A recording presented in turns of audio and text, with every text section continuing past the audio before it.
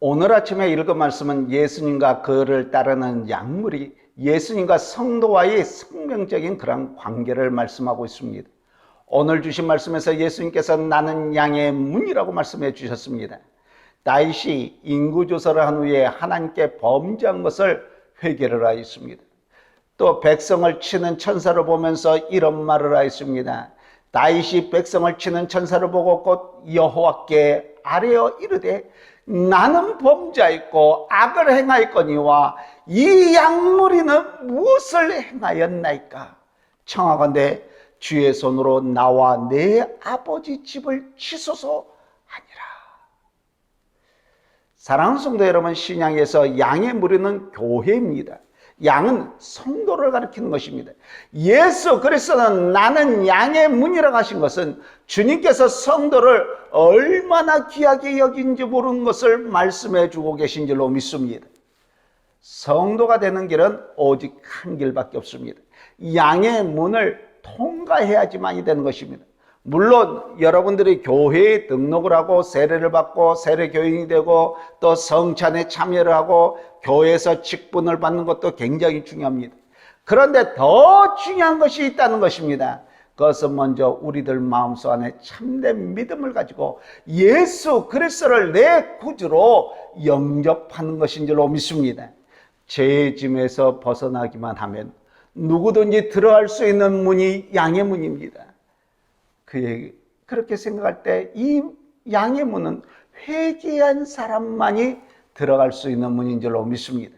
예수님께서 나는 양의 문이라고 하신 말씀은 우리 자신이 이 문을 통과해야지만이 신령한 그런 양의 무리인 교회의 성도가 될 수 있다는 뜻인 것입니다. 사랑하는 성도 여러분, 예수님께서 니고데모에게 하신 말씀을 여러분들 기억하십니까? 사람이 거듭나지 아니하면 하나님의 나라를 볼 수 없다라고 했습니다. 아무리 내가 믿음의 가정에서 성장을 하였고 부모님을 따라서 교회를 다녔고 주일에 예배당에 나와서 예배를 드렸고 교회 생활을 한다고 했지만은 여러분들 자신이 이 양의 문을 통과하지 않으면 하나님 나라와는 아무런 상관이 없다고 말씀하고 있는 것입니다. 사랑하는 성도 여러분, 우리들 자신이 거듭나야 됩니다. 어느 누구나 나를 대신해서 이 양의 문을 통과해 줄 수는 없습니다. 내 자신이 하나님을 믿어야 됩니다. 내 자신이 회개해야 됩니다. 내 자신이 거듭나서 새 사람이 되는 경험을 해야 됩니다. 여러분 자신이 이 양의 문을 통과했다면 여러분이 보이지 아니하는 신령한 이 교회에 구원받은 성도가 된 줄로 믿습니다. 그리고 주님께서는 계속 말씀해 주셨습니다. 오늘 주신 말씀 요한복음 10장 9절 말씀 여러분들 보시기 바랍니다. 내가 문이니 누구든지 나로 말미암아 들어가면 구원을 받고 또는 들어가면 나오며 꼴을 얻으리라고 말씀해 주신 줄로 믿습니다. 주님은 우리에게 안정을 보장시켜 주셨습니다. 우리가 이 문을 통과하기만 하면 구원함을 얻는 그러한 안정을 우리에게 허락해 주신 줄로 믿습니다. 이 양의 문을 통과하면 절대적으로 안전합니다. 과거에 아무리 어려운 그런 생활을 하고 더러운 죄를 지었고 아무리 무서운 죄를 범하였다 하지만 그것은 문제가 되지 않습니다. 사도 바울은 로마서 8장 1절과 2절을 보면 이렇게 말씀하고 있습니다. 그러므로 이제 그리스도 예수 안에 있는 자에게는 결코 정죄함이 없나니 이는 그리스도 예수 안에 있는 생명이 성령의 법이 죄와 사망의 법에서 너를 해방하였음이라. 할렐루야. 이보다도 더 안전을 보장한 데가 없습니다. 그리고 주님께서는 우리에게 자유함을 보장해 주신 줄로 믿습니다. 오늘 주신 말씀에서 들어가면 나오며라고 말씀하고 있습니다. 그리스도 안에 있는 사람에게는 자유함이 있는 줄로 믿습니다. 예수님께서도 우리에게 자유를 주기 위해서 이 세상에 와주신 줄로 믿습니다. 누가복음 4장 18절과 19절에 주님께서 이사야서 61장 1절의 말씀을 인용해서 이 세상에 오신 목적을 말씀해 주셨습니다. 주의 성령이 내게 임하시니 이는 가난한 자에게 복음을 전하게 하려고 내게 기름을 부으시고 나를 보내사 포로된 자에게 자유를, 눈먼 자에게 다시 보게 함을 전파하며 눌린 자에게 자유롭게 하고 주의 은혜의 해를 전파하게 하려 함이라 하였더라. 할렐루야. 죄로 말미암아 포로가 되고 노예가 되고 속박을 받던 우리들의 영혼을 우리 주님께서는 자유롭게 만들어 주신 줄로 믿습니다. 오늘 주신 말씀에서 꼴을 얻었다라고 말씀하고 있습니다. 이 말씀은 양의 문인 예수 그리스도를 우리가 영접을 하고 그 문을 통과해서 우리가 그 안에 들어가게 되면 주님이 양된 우리는 영적인 그러한 부족함이 없는 꼴을 보장받는다고 말씀해 주신 것입니다. 그래서 전에 다윗과 같은 분도 이런 고백을 합니다. 여호와는 나의 목자시니 내게 부족함이 없으로다. 내 자신이 넘치나이다. 우리 주님이 목자이신 양이 우리 안에 있으면 그 양들은 굶주림이 없습니다. 이 얼마나 큰 축복입니까? 사랑하는 성도 여러분, 여러분들은 양의 문을 통과하셨습니까? 교회는 출석하고 예배는 드리지만은 양의 문을 아직 통과하지 아니한 분이 아니 계십니까? 양의 문을 통과해야지만이 예수 그리스도의 양이 되고 진정한 그리스도인이 된 줄로 믿습니다. 그런데 오늘 주신 말씀 요한복음 10장 10절 말씀 보면 놀라운 축복이 있습니다. 도둑이 오는 것은 도둑질하고 죽이고 멸망시키는 것뿐이요 내가 온 것은 양으로 생명을 얻게 하고 더 풍성히 얻게 하려는 것이라. 여기에서요 거짓 그리스도와 참 그리스도, 거짓 종교와 참 종교의 차이점을 말씀하고 있습니다. 도적이 오는 것은 도둑질하고 멸망시키기 위해서 오는 것입니다. 거짓 종교들이 다 이렇게 하지 않았습니까? 종교의 탈을 쓰고 양의 가죽을 쓴 이리가 얼마나 많은지 모릅니다. 그래서 저와 여러분들이 조심해야 될 줄로 믿습니다. 그러나 우리 예수 그리스도는 성도들로 하여금 생명을 주실 뿐만 아니라 더 주셔서 우리의 현세와 내세를 통해서 더욱 풍성한 생명 안에서 살게 하기 위해서 와주신 줄로 믿습니다. 예수님은 그의 양인 우리들에게 더욱 풍성한 생명을 주신 줄로 믿습니다. 그러면 더욱 풍성한 생명을 얻은 사람들은 그럼 어떻게 생활해야 됩니까? 우리는 삶의 활기를 넘치는 삶을 살아야 될 줄로 믿습니다. 예수님은 우리의 마음의 병, 죽을 수밖에 없는 죄의 병에서 살려주신 줄로 믿습니다. 그래서 우리는 새 생명을 얻게 된 것입니다. 뿐만 아니라 새로운 삶의 활기를 주셔서 활기 있게 살아나가게 만들어 주신 줄로 믿습니다. 주님을 위해서 힘차게 일할 수 있는 힘을 더해 주셨습니다. 확신을 가지고 이 세상을 자신감 있게 담대하게 살아나가게 만들어 주신 줄로 믿습니다. 할렐루야.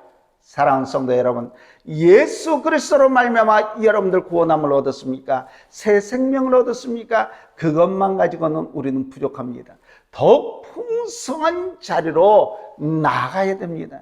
그래야지만이 저와 여러분들의 힘차게 일해 나갈 수가 있는 줄로 믿습니다.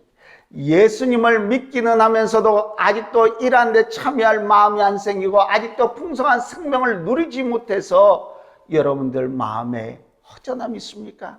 우리는 풍성한 생명을 누리며 또 하나님의 일에 우리가 하지 않으면 견딜 수 없는 그런 마음의 축복을 가져야 될 줄로 믿습니다. 두 번째로 삶의 범위가 넓어진 것입니다. 대개 사람들은 삶의 폭이 너무나도 좁습니다. 보통은 자기 중심의 삶을 삽니다. 우리의 모든 삶의 내용이 자기 위주입니다. 돈을 좀 벌면요, 어떻게 좀 편하게 살아볼까? 어떻게 하면 좋은 옷을 입을까? 어떻게 하면 맛있는 음식을 먹을까? 어떻게 하면 좋은 가구들을 장만할까? 어떻게 하면 내가 좋은 차를 살까? 어떻게 하면 내가 좋은 아파트를 장만을 할까? 어떻게 하면 향락을 누리며 살아볼까? 어떻게 인생을 즐기며 살아볼까? 어떻게 하면 명예를 얻어볼 수 있을까? 모두가 다 자기 자신만을 위해서 생각을 합니다. 그것이 전부인 줄로 믿습니다. 그러나 양의 문을 통과해서 구원받아서 새 사람이 된 사람은 더욱 풍성한 생명을 얻은 사람의 이 삶의 폭은요 넓어지는 것입니다. 자기 자신만을 위해서 사는 것이 아니라 하나님과 이웃을 위해서 살려고 합니다. 이것이 축복받은 사람들의 삶인 줄로 믿습니다. 이웃을 위해서 살 때 자기 자신에게도 풍성한 삶의 축복이 되는 줄로 믿습니다. 할렐루야. 세 번째, 삶의 새 힘을 공급을 받습니다. 예수님은 우리에게 더욱 풍성한 생명을 주시기 위해서 이 세상에 와 주신 줄로 믿습니다. 그러나 우리에게 주님이 함께 하심으로 그 능력이 얼마나 위대한 것을 우리가 잊어버릴 때가 너무나도 많이 있습니다. 예수님의 제자들을 여러분들 보시기 바랍니다. 오순절 이전에는 그들 사이에 야욕을 품게 되고 다투기를 좋아하는 그런 사람이지 않았습니까? 그런데 오순절날 성령의 충만함을 받은 다음에는 완전히 다른 사람이 되어버리고 말았습니다. 복음서에 나타났던 사도 베드로와 사도행전에 나타난 사도 베드로가 여러분 같아 보입니까? 아니지 않습니까? 얼마나 달라졌는지 모릅니다. 복음서에는 예수님을 따르면서도 그에게 혈기가 있었습니다. 나약했습니다. 그러나 오순절날 성령의 충만함을 받았던 이 베드로는 그 안에 능력이 나타나는 줄로 믿습니다. 이것은 베드로뿐만 아닙니다. 주님이 같이 할 때 모두가 다 새 힘을 얻게 된 줄로 믿습니다. 네 번째로 삶의 기쁨이 넘치는 줄로 믿습니다. 기쁨은 우리의 삶을 윤택하게 만들어줍니다. 반면에 근심과 슬픔은 우리들의 뼈를 마르게 한다고 성경은 말씀하고 있습니다. 우리 주님은 우리에게 세상에 주는 그러한 기쁨 같지 않은 것, 항상 솟아나는 기쁨, 그래서 우리들 마음속 안에서 늘 노래가 넘치게 한다고 말씀하고 있습니다. 우리 주님께서 함께하여 주시면 언제나 어디서나 기뻐할 수가 있습니다. 그래서 사도 바울은 빌립보서에서 말씀하고 있습니다. 주 안에서 항상 기뻐하라. 내가 다시 말하노니 기뻐하라. 주님 밖에서는 항상 기뻐할 수가 없습니다. 세상에서는요, 환경에 따라서 기뻐했다가 슬퍼했다가 하는 것입니다. 요한복음 15장 11절에 내가 이것을 너에게 이르면 내 기쁨이 너희 안에 있어 너희 기쁨을 충만하게 하려 함이라. 이렇게 말씀하고 있지 않습니까? 성도의 기쁨은 이 세상에서 오는 그런 기쁨이 아닌 줄로 믿습니다. 주님께로부터 오는 그런 기쁨인 것입니다.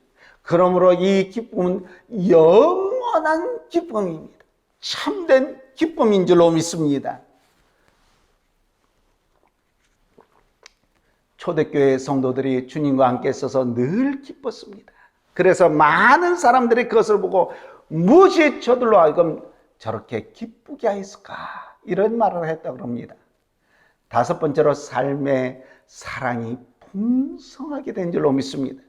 인간이 범죄한 이래 사람은 다른 사람을 사랑하기가 너무나도 어렵게 됐습니다.